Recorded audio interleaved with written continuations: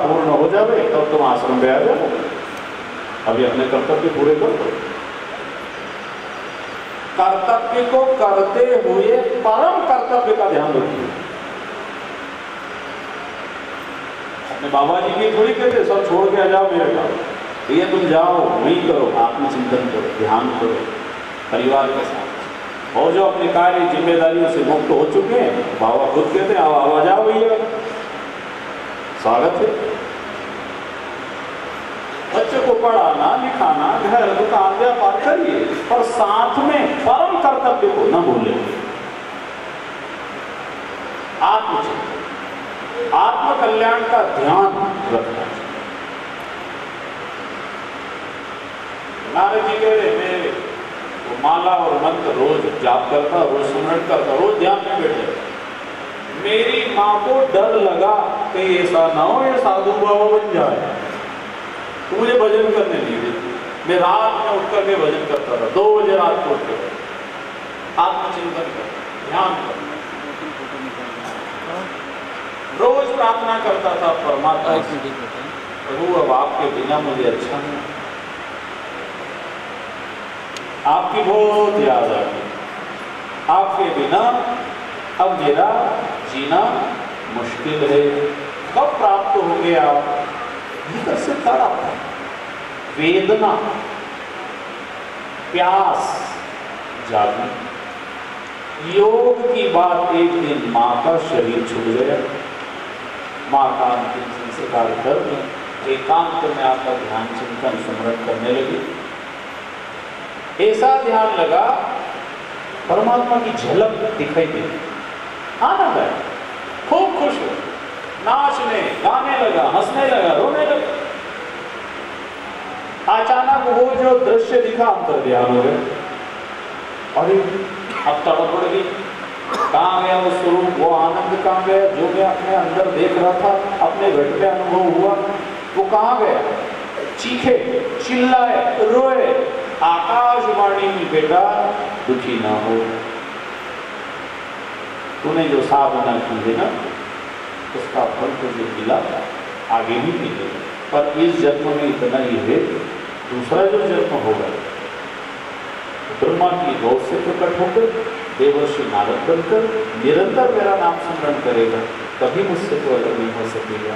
इसलिए इस जन्म को शेष भक्ति साधना करके बिताओ, आनंद तुम्हें बराबर प्राप्त होगा, वो कहीं गया नहीं, तुम्हारे पास ही है। ये बात हमारे बाबा जी बोलते हैं, तो सदगुरुदेव का भी यही कहना है, अपने भीतर झांको, है आनंद, ये उनका अनुभव, हमें भी वही अनुभव दिलाते। और यहाँ इतने सब भक्त लोग बैठे हुए हैं, भाविक, इन सबका अनुभव बार बार जब हम चिंतन करेंगे,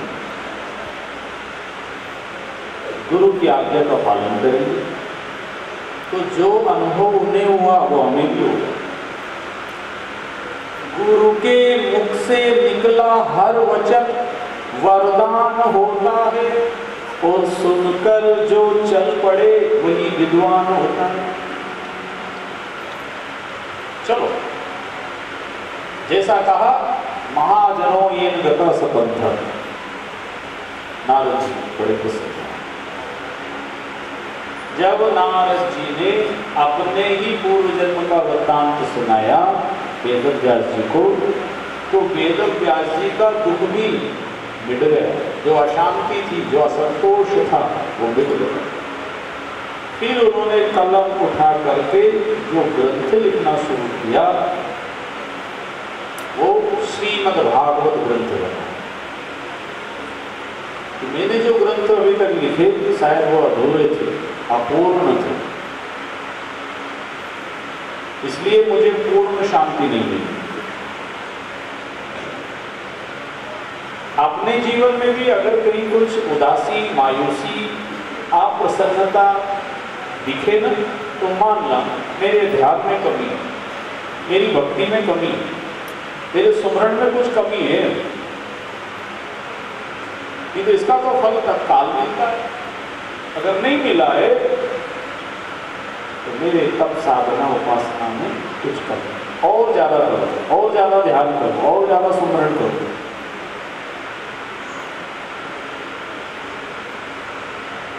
सत्संग का अर्थ ही यह होगा, हमारे अंदर जो दोष है, जो झूठ है, वो मिटना चाहिए, वो धीरे धीरे खत्म होना चाहिए। जो भी विकार है हमारा वो दूर हो, और इसका परिणाम तो स्वयं ही महसूस करेंगे कि मुझे ध्यान साधना करते हुए कितनी शांति मिली, मैं किस तरह से जीवन जी रहा हूँ, मैं पहले कितना झूठ बोलता था, अब कितना बोल रहा हूँ, या आप बिल्कुल बंद कर दिया। पहले मैं निंदा करता था, अभिमान करता था, अब मैंने कम कर दिया या बंद कर दिया। अपनी जांच खुद करो।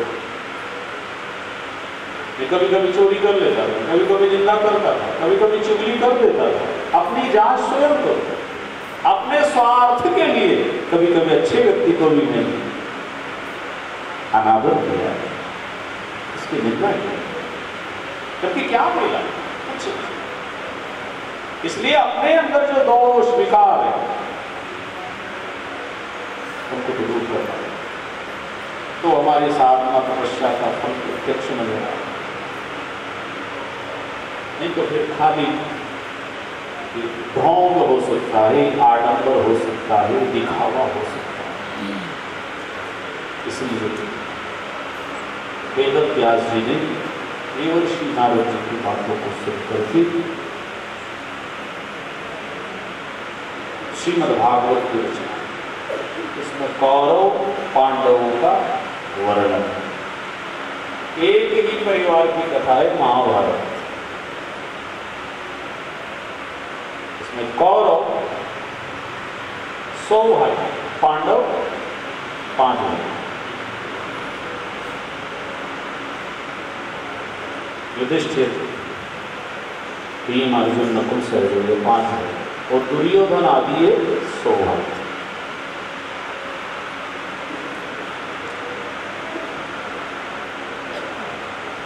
दुर्योधन आदि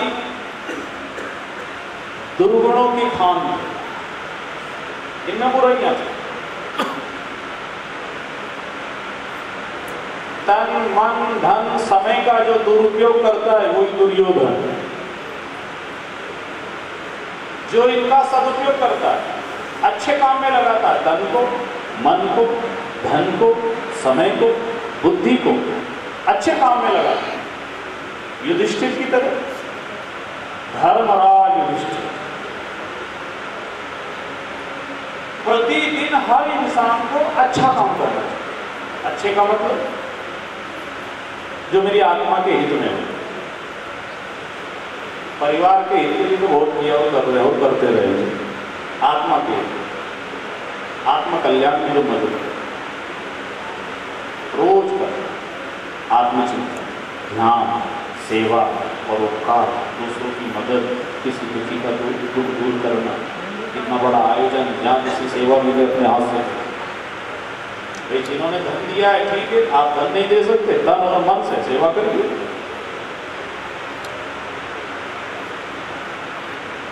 तन पवित्र सेवा किए, धन पवित्र कर दान, और मन पवित्र हरि भजन कर, होत त्रिविध कल्याण। अपने कल्याण की 3 विधि है। जिसका तन अच्छा है वो सेवा करो। कितने भाई लोग सेवा कर रहे हैं, हमको सब तैयार मिल रहा माल। ये दूसरों ने किया, कोई पिछाद करके गया, किसी ने सफाई करके गया, किसी ने गाड़ी बिछी, हमें सुख मिल रहा है। तो ध्यान स्मरण में लगे, किसी ने धन दिया, धन से व्यवस्थाएं सब हो गई। तो परमात्मा ने हर इंसान को ऐसी योग्यता दे रखी है, अगर वह चाहे तो अपना कल्याण कर सकता है। कभी ये विचार मत करना कल्याण मेरे किस जीवन का भगवान न जाने कब होगा। कल्याण मेरे इस जीवन का भगवान न जाने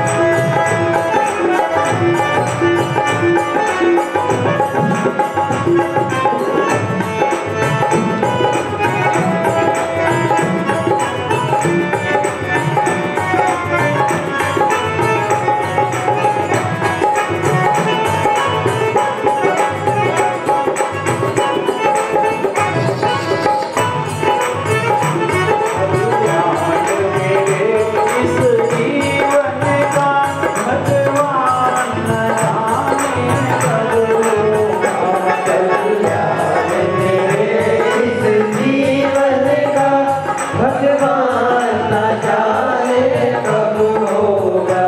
अच्छे दिन बीते जाते हैं, अच्छे दिन बीते जाते हैं, अच्छे दिन बीते जाते हैं, अच्छे दिन बीते जाते हैं। सतगुरु को विधि समझाते हैं, सतगुरु को विधि समझाते हैं, सतगुरु को विधि समझाते हैं, सतगुरु को विधि समझाते हैं। सल से योग सल को, सल से योग सल को, होगा सल से योग सल को, होगा सल से योग सल को, होगा सल से योग सल को, होगा सल से योग सल को। प्रस्थान न जाने कब होगा, प्रस्थान न जाने कब होगा। ज्ञान मेरे इस जीवन का भगवान न जाने कब होगा। ज्ञान मेरे इस जीवन का भगवान न जाने कब होगा।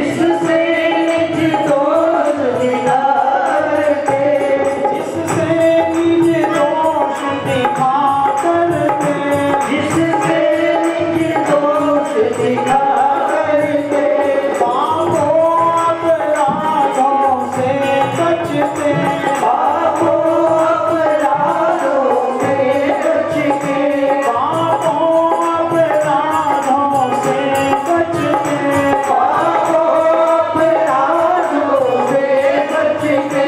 उस सद्विवेक का मानोगे, उस सद्विवेक का मानोगे, उस सद्विवेक का मानोगे। संचार न जाने कब होगा, उस सद्विवेक का मानोगे।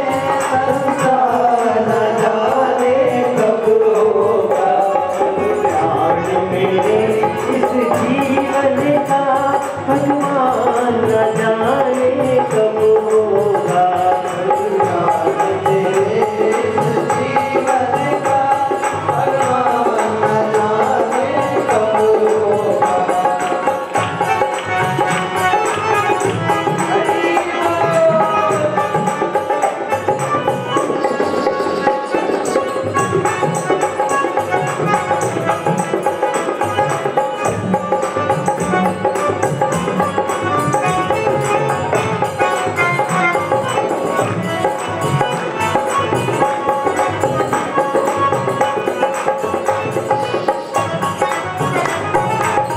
श्री सद्गुरु विश्वात्मन गुरुदेव की जय।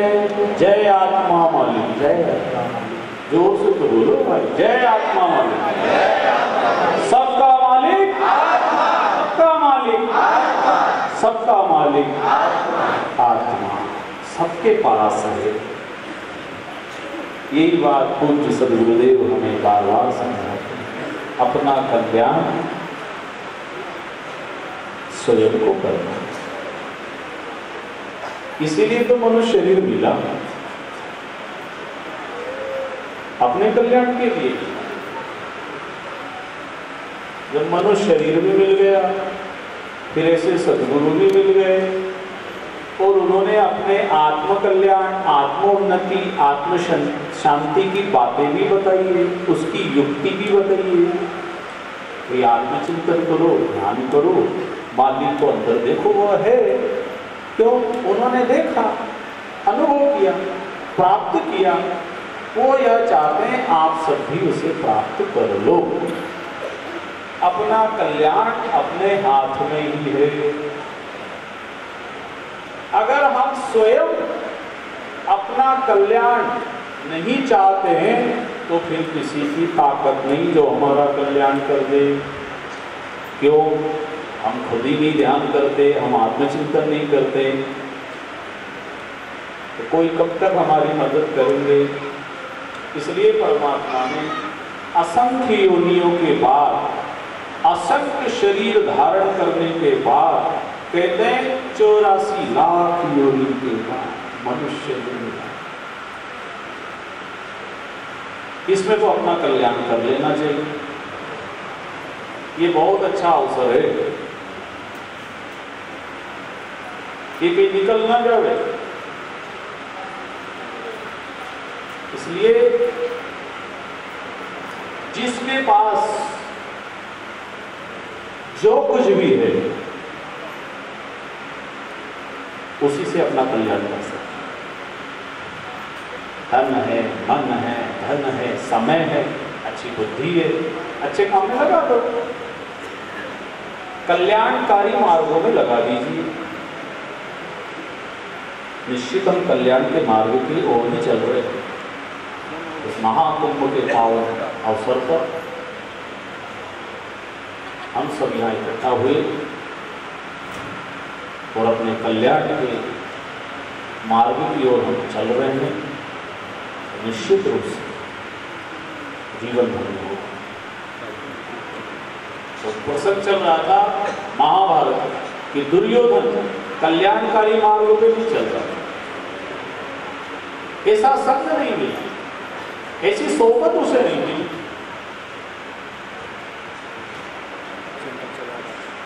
अच्छा संग मिलना ये भी परम सौभाग्य की बात है। धन ना मिले, पद ना मिले, परिवार ना मिले, बेटा बेटी ना मिले, अच्छा मकान ना मिले, अच्छा कमरा ना मिले, अच्छी सुविधा ना मिले, उदास मत होना, दुखी मत होना। इतनी दूर आए हम तो नासिक में, पर वहां तो कपड़े नहीं मिला, गादी नहीं मिली, तकिया ही नहीं मिला। अरे मन को समझाना, ये मन भी है ना, हमें कल्याणकारी मार्ग से हटा देता है, पीछे खींच देता है। हम सब कुछ छोड़कर यहाँ आए नासिक कुंभ मेले, घर छोड़ा, परिवार छोड़ा, तहसील, जिला, राज्य छोड़ के यहाँ तक आ गए, पर मन में अभी भी अगर कुछ कमी खटक रही है तो फिर यहाँ आने के बाद भी आप शायद फायदा ना ले सकें। इसलिए मन को बार बार समझाना। इसकी जो घर की आदत है ना वो यहाँ भी मांगेगा, वो मानने वाला नहीं, उसको समझा समझा के मनाना। भैया हम नासिक कुंभ में आए हैं, यहाँ इतने हजारों लाखों की संख्या में ऐसी सुविधा मिले, यहाँ कहाँ हमेशा रहना है, यहाँ अपने आत्म कल्याण की बातों पे ध्यान देना है। मन को समझा समझा के बार बार अच्छे कार्य में लगा, स्मरण में लगा, सेवा में लगा, ध्यान में लगा, मौन होकर के रहने की कोशिश करो। यहाँ पे ज़्यादा बातें भी नहीं करना, कल चर्चा हुई थी। एकांत में रहने का प्रयास करो, ज़्यादा समय मौन में बिताओ, यह समय निश्चित कर लो जैसा आपसे सध जावे। मन को मना लो, मन के हारे हार है, मन के जीते जीत, मन ही मिलावे राम से और मन ही करे फजी। ये मन हमारे कल्याणकारी कार्य को करने नहीं देता है क्योंकि इसकी पुरानी आदत बनी है। अब वो आदत तो बराबर परेशान करती है, इसलिए आदत बुरी सुधार लो, बस हो गया भजन। और मन की तरंग मार लो, बस हो गया भजन। और मन को रोकना, मन का रुक जाना, मन का जो जिद्दीपना है, मन जो सांसारिक वस्तुओं में उलझा हुआ है, इसी को तो रोकना। ये रुका, ध्यान लग गया। तो फिर बिना वस्तु के, बिना व्यवस्था के, बिना धन के भी आप सुख का, आनंद का, शांति का अनुभव भीतर से कर सकते। मन ही तो हमें दुखी करता है, क्योंकि हमने ऐसा मान लिया, हमारे मन ने ये मान लिया ये चीज मिल जावे तो सुखी हो जाए, और मन को वो चीज मिलने के बाद फिर दूसरी फिर पैदा हो जाती है, क्योंकि ये मन तृप्त तो होने वाला नहीं। जैसे बिना पेंदे का बर्तन होता है ना, क्या बोलते हैं आप, नीचे आधार नहीं हो, घड़े में आपने डाला वो नीचे से निकलता जाए, तो कितना भी कुछ भरो वो उसमें भर ही नहीं सकता। ऐसा मन बिना पेंदे का, बिना उसके आधार का है। इसको अगर कुछ जॉइंट करना है तो फिर सदगुरु के सानिध्य में जाना पड़ेगा, वो ऐसा बैंडिंग करेंगे, ऐसा मन को समझा देंगे, तब तो हो जाएगा। इसलिए बार बार अपने मन को समझा समझा करके कल्याणकारी मार्ग पे लगाना बहुत अच्छा अवसर है। जीवन भी एक अवसर है, मौका मिला। तो कौरव आदि जो 100 भाई, लेकिन इनको संगति अच्छी नहीं मिली, इनको समझाने वाले अच्छे नहीं मिले। धन तो अच्छा था,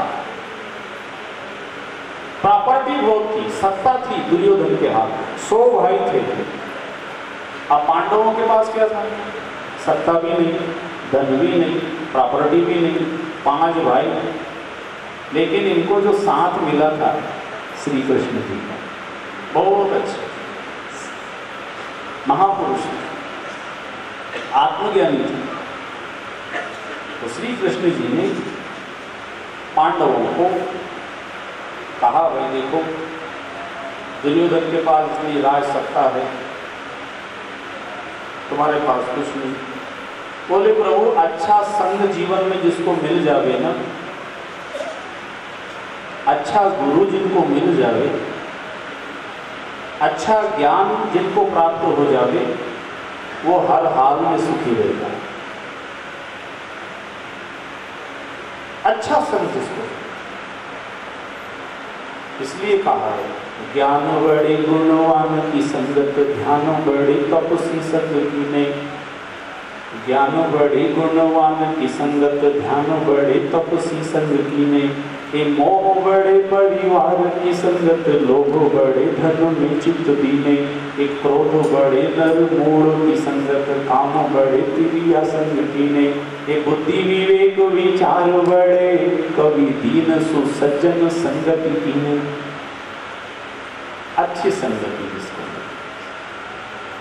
आज जो भी अच्छे हैं आपकी नजर में, आप जिनका आदर करते हो, जिनको सम्मान दे रहे हो, जरूर उनको कोई अच्छा संग मिला है। या तो माता पिता अच्छे मिले, उसका मित्र अच्छा मिला, गुरु अच्छे मिले, कोई ना कोई उसके जीवन में है जरूर कोई। संगत से गुण आए हैं और संगत से गुण जाए। इसलिए रोज आत्मा के संग रहा करो। हम शरीर के स्तर पर जीवन जीते, आत्मा के स्तर पे जीना। कुछ समय के लिए आत्मा के लिए बैठो, ध्यान, समर्पण, ये भी एक अच्छा संग है। अगर माता पिता अच्छे नहीं मिले, उनके संस्कार नहीं, आपको मित्र अच्छे नहीं मिले, आपको मान लो कोई गुरु नहीं मिले हो, तो सदगुरुदेव हमें ये संदेश देते हैं, भाई आत्मा के संग हो जाओ। जब सबका मालिक आत्मा है, उसके संग, उसके साथ बैठ जाएगा, उसे बहुत प्रेम करो, उसी की पूजा करो, उसी का ध्यान करो, उसका चिंतन करो। ये ध्यान भी सत्संग ही तो है। एकांत में, अकेले में भी सत्संग होता है। जब आप आत्मा का चिंतन करते हैं, सत्य के संग ही तो हो। ये तो बाहर का वाचिक सत्संग है। सत्संग, सत्य का संग। सत्य किसे कहते हैं? जो सदा रहता है। जो अटल है, अटल सत्य, अखंड सत्य, अनंत सत्य, अविनाशी सत्य, अजर सत्य, अमर सत्य, चैतन्य सत्य, नित्य सत्य आत्मा।